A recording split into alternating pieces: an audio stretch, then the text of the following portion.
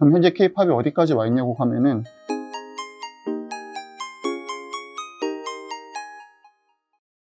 안녕하세요. 미디어엔터 담당하는 이균입니다. 오늘은 기획사 산업 자료를 가지고 왔고요.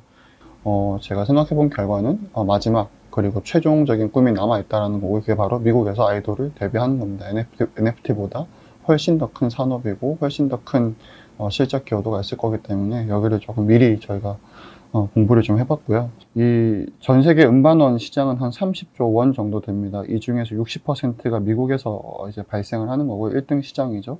근데 이 미국 시장의 경우에는 매출 비중이 스트리밍이 83%입니다. 너무 당연한 거죠. 당연히 음악은 듣는 거고 듣는 쪽에 매출이 올라와야 되는데 한국은 그 반대죠. 한국은 기본적으로 보는 음악이다 보니까 스트리밍보다는 앨범 매출 비중이 훨씬 높습니다. 그래서 이 미국의 CD 판매량이 이렇게까지 했다가 너무 많이 빠지니까 살짝 반등했는데, 이 반등은 사실 보시면 그림 12번에 보시다시피 이미 K-팝 혹은 한국의 앨범 판매량이 미국을 넘어섰습니다. 그래서 너무 많이 빠지다 보니까 한국의 앨범 판매량이 미국에서도 기여를 하고 있는 상황이고요. 한 30년 정도의 이제 미국 음악 시장을 간단하게 보면 이 남성과 여성 솔로의 연도별 판매량 1위 앨범 아티스트가 이렇게 솔로 비중으로 한 72% 정도 나온다 해서 기본적으로 솔로 중심의 시장이었다는 거고요. 그러면 뭐 솔로 중심이긴 했는데 그럼 미국에는 아이돌 그룹이 없었냐 그러면 아닙니다. 굉장히 많았습니다. 그래서 남자 아이돌부터 보면 뭐 제 세대는 아니었지만 이제 유키즈 온 더 블락 스텝 바이 스텝 부르셨던 분들이 있고, 제 세대에서는 이제 백스트리트 보이즈랑 엔싱크입니다. 다 1등을 하신 분들이고요. 가장 최근에는 원 디렉션까지 있었죠. 여자 그룹도 마찬가지입니다. 표 2번에 보시면 다 이제 1등 하셨던 분들이고요.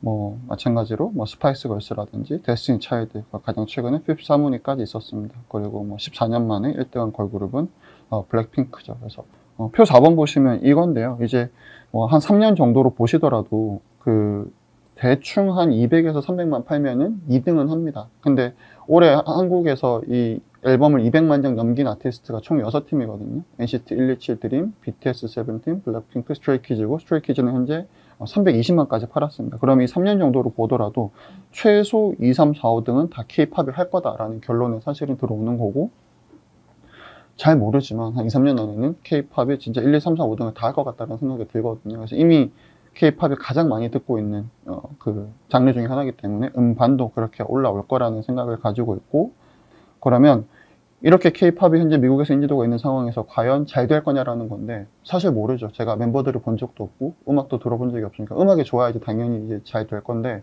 그거는 제가 모른다고 치고, 그러면 미국에서 음반 제작자들이 내지 않았던 가장 큰 이유가 해체를 하는 거잖아요. 그럼 과연 K-팝 시스템으로 내면은 해체를 안 할 수가 있냐라는 건데, 거기에 대해서 보면은 충분히 우리는 가능성이 매우 높다. 그러니까 해체 안 하고 오랫동안 갈 거다라는 말씀을 좀 드리는 거고요.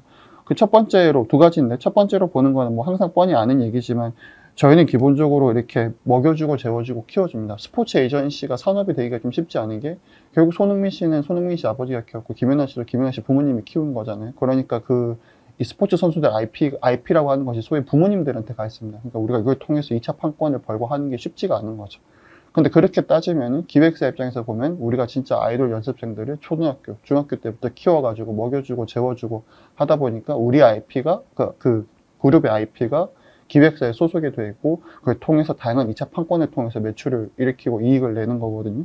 그래서 우리는 이런 기본적으로 다 먹여주고 키워주고 하다 보니까 IP가 회사에 들어가 있고 그리고 이 팀을 뽑을 때 이런 식으로 뽑죠. 그래서 아주 과장해서 설명을 드리면 기획사는 아이돌을 만들 때 최소 7명의 포지션이 필요합니다. 뭐 댄스, 보컬, 래퍼, 뭐 막내, 마지, 비주얼, 뭐 이런 식 리더 이런 식으로 이렇게 하는데 그 7명이 무대를 하면 당연히 돌아가야 돼요. 군무를 주면서 이 로테이션에 돌아야 되는데 당연히 노래에서 고음이 나오면 이 보컬 하시는 분이 제일 센터로 서야 되고, 댄스 브레이크 때 댄스 하시는 분이 서야 되고, 마지막에 제일 잘생기거나 예쁘신 분들이 이 무대에 서야 되겠죠, 중간에. 그래서 우리 기본적으로 이렇게 무대가 돌게 되는데, 미국의 뭐 엔싱크나 원디렉션 이런 무대 영상 아무거나 보시면 5명이 다 가만히 서 있어요. 왜냐하면 5명의 포지션이 다 똑같죠. 다 보컬이니까. 그래서 그런 관점에서 보면 우리는 애초에 뽑을 때도 다 분업화돼서 뽑기 때문에 한 명이 나가서 특별하게 잘하기가 쉽지가 않다. 그러니까 그룹으로 있을 때가 훨씬 더 소위 말하는 왁구들이 좋기 때문에 계속해서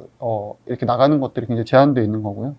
그리고 이 IP를 통해서 우리가 다양한 2차 판권들을 만들어내죠. 이거는 그림으로 좀 설명드릴 텐데, 왼쪽에 보시면 미국에서 버는 방식이고 오른쪽에 한국에서 버는 방식입니다. 앨범도 이렇게 큰 차이가 있고, 이거 보시면 이 테일러 스위프트 굿즈인데 보면 다 사진이 똑같아요.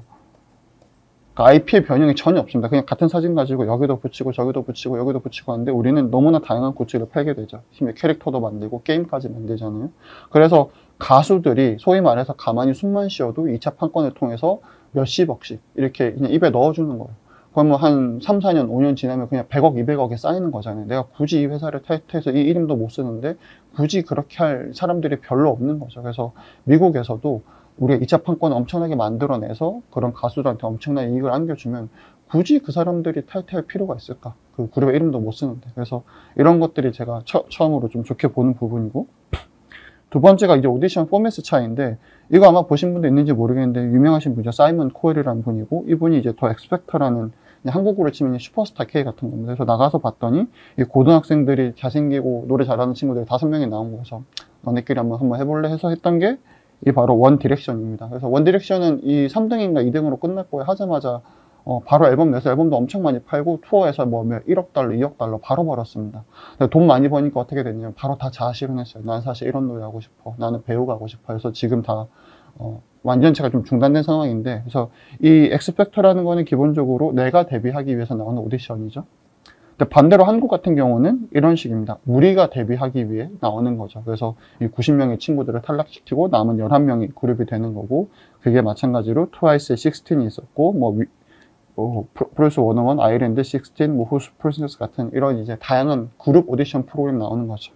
이런 오디션 포맷 자체가 또 우리가 IP를 가지고 있는 형태이기 때문에 그렇게 봤을 때는 해체할 가능성이 그렇게 높은 시스템은 아니다라고 거듭 말씀드리는 겁니다. 그래서 우리는 충분히 가능성이 있다는 거고, 그럼 현재 K-팝이 어디까지 와 있냐고 하면은 이미 뉴스에 다 나와 있습니다. 사실은 하이브는 이미 3, 4월에 이미 미국에서 오디션이 끝났고요. JYP도 9월에 끝났습니다. 그래서 그 9월에 이미 오디션이 끝난 상태고요. 아마 연내 미국 걸그룹 멤버들이 한국에 와서 아마 트레이닝 받을 거라고 예상을 좀 하고 있는데, 이 양사 모두 미국의 유니버셜 뮤직 산하의 개편 레코즈가 하이브랑, 그리고 리퍼블릭 레코즈가 이제 JYP랑 하게 되고요. 내년 중순쯤에 아마 오디션 프로그램 나오고 아마 내년 연말쯤 하반기에 아마 걸그룹이 나올 건데, 두 가지를 말씀드려요. 첫 번째는 아까 말씀드렸던 에이전시 계약이 아니다. K-팝이고 K-팝 시스템이고 IP를 우리 이 JV에서 보유하고 있는 형태이고요. 아마도 아직 확정은 아닙니다만은 이런 것들이 우리가 총 매출로 인식할 수도 있어요. 니주는 로열티 형태지만, 아직 확정은 아닙니다. 로열티 형태지만 어쨌든 우리가 벌어주는 게 훨씬 많기 때문에 그럴 가능성도 충분히 있다. 어쨌든 JV로 반반 나눠 먹는 거기 때문에 내년에 이 대한 어떤 그 실적에 대한 기대감들을 충분히 높게 가져가셔도 좋을 것 같고요. 그러면 얼마까지 벌 수 있냐라는 건데, 여기는 표 6번을 먼저 잠깐 보시면 이게 연도별 제일 돈 많이 벌으셨던 아티스트의 수익입니다. 그래서 최근에 보시면 한 2에서 3억 달러, 4억 달러까지 버신 분들이 있고요. 그럼 그냥 3억 달러라고 치고 환율 대충 무시하고 그냥 3천억, 4천억이라고 했을 때, 이 원 디렉션의 매출 비중을 보면 콘서트, 광고 해서 포함해서 거의 합쳐야 75% 정도 되죠. 음반원까지 80%인데 80%가 직접 매출이에요. 그러니까 내가 움직여야만 돈을 벌 수 있는 거고, 내가 숨만 쉬었을 때 버는 돈들은 20%밖에 안 된다는 거죠. 그럼 매출이 3천억이었다고 치면은 투어 매출이 실제로는 4천억도 합해서 벌지 못했다는 건데, 하이브 같은 경우는 MD, 콘텐츠, 팬클럽 합쳐가지고 46%입니다. 거의 반반이죠. 그러니까 숨만 쉬어도 멤버들이 엄청난 돈을 벌었다는 겁니다. 그러면 원디렉션의 매출이 대충 3천억이라고 치고 여기에 하이브의 간접 매출 비중을 붙이게 되면 6천억이 되는 거죠. 그럼 똑같이 이 미국의 매니지먼트, 유니버셜 뮤직이 음악 만들어주고 돌려주고 해가지고 3천억 벌고, 우리가 2차 판권으로 3천억을 벌었다고 쳤을 때 미국이 벌어내는 3천억은 당연히 GP 마진이 낮겠죠. 왜냐면 멤버들이 직접 영역을 뗀 거니까. 20%라고 하겠습니다. 그러면 600억이 되는 거겠죠. 우리가 버는 거는 멤버들이 숨만 쉬어도 버는 거예요. 이거를 40%라고 하면은 1200억이 되겠죠.